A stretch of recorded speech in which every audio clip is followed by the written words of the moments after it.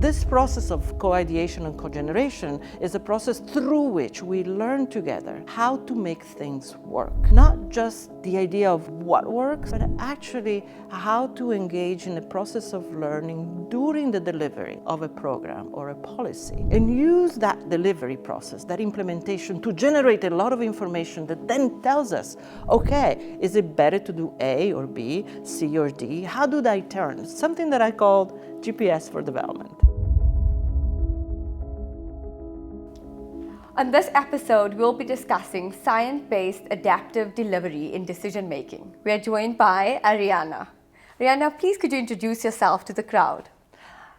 Thank you, Lutfiyya. My name is Arianna Legovini. I am the Director of Development Impact at the World Bank. This is a group I established about 20 years ago to bring real-time data and experimentation to our operations and improve their ability to deliver on impact. And there you go, we have it. Today we're going to be learning a lot about this interesting topic. So Arianna, you've led the largest scale effort to integrate impact evaluation and real data use into development operations of any development organization. Why do you believe that the co-generation of evidence is critical for its adoption? And secondly, just to build on to that complex question, of course, what role does adaptive experimentation play in the process?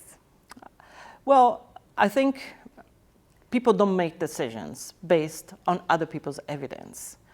The idea that research and operations should be separated is pretty old. What we are trying to do is to understand how to bring research really at the fingertips of policymakers and ask the question, okay, what do they need? What do they need to learn to improve their ability to do much better with their resources and efforts?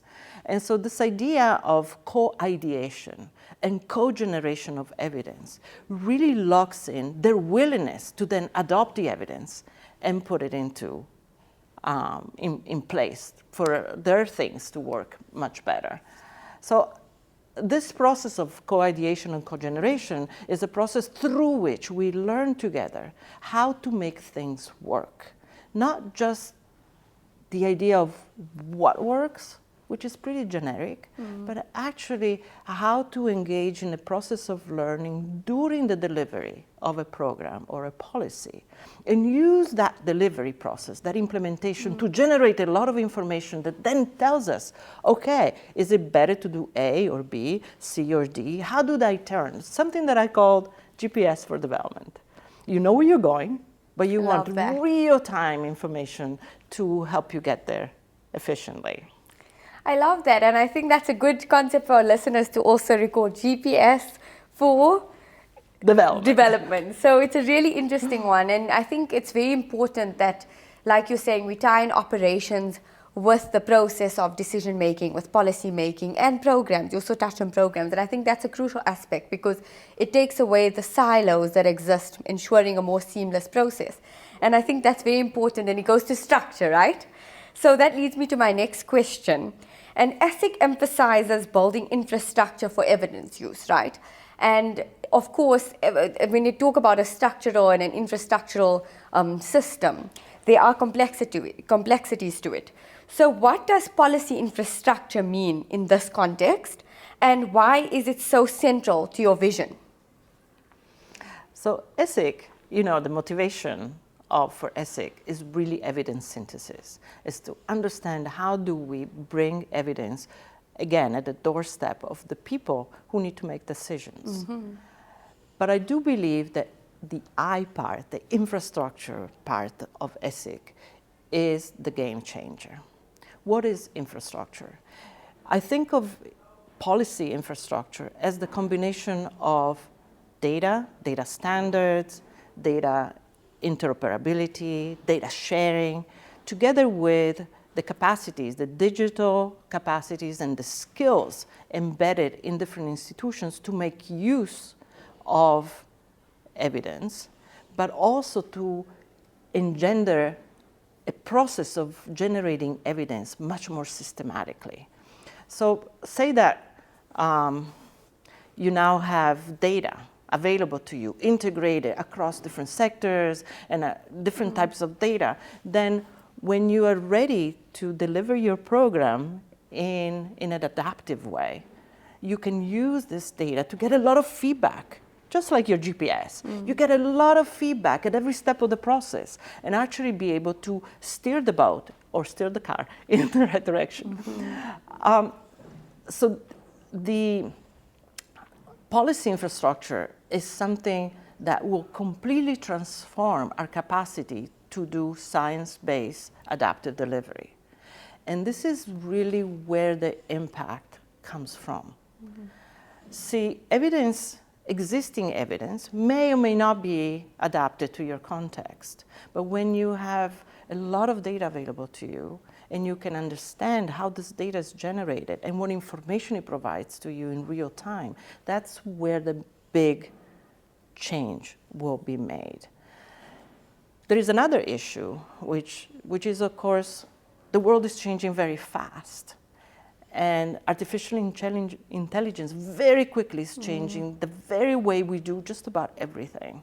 Another question is, if you're looking back at all the discussion on digital divide, how do we ensure that AI is not only a force for public good, but that is a leveling force for low and high resource environments? Of course, the United States of the world use AI and can take advantage of that. But will Malawi and Mozambique and Kenya being able to take advantage of the same possibilities moving forward? Not only making use, but really empower people to use it in a way that is beneficial to them. I do believe AI will level capabilities. But for that, we need that kind of investment in this policy infrastructure, the data infrastructure, the data labs, the data storage, and everything else that goes together with closing the digital divide and closing the ability for people to take advantage of new technology for the betterment of their own environments. Thank you. That was a mouthful, but I think so much learning. And we're seeing a lot of core themes come through, like science-based adaptive systems being used also in the transformation that's going on. We have a world of data, but how do we transform it into what we need as time progresses and things are rapidly changing? And I think this is an amazing way. So I think our listeners have a lot to learn and also to take in, and we're seeing synergy amongst the different elements that come together. And of course, that requires stakeholder engagement, right? Everybody needs to come to the party and be invested in the system, in the infrastructure development. And so that leads me to my next question, Arianna. What do you think is the role of multilateral organizations?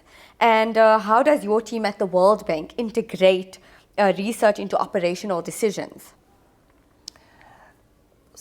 So my group, it's called Development Impact, or DIME, at the World Bank.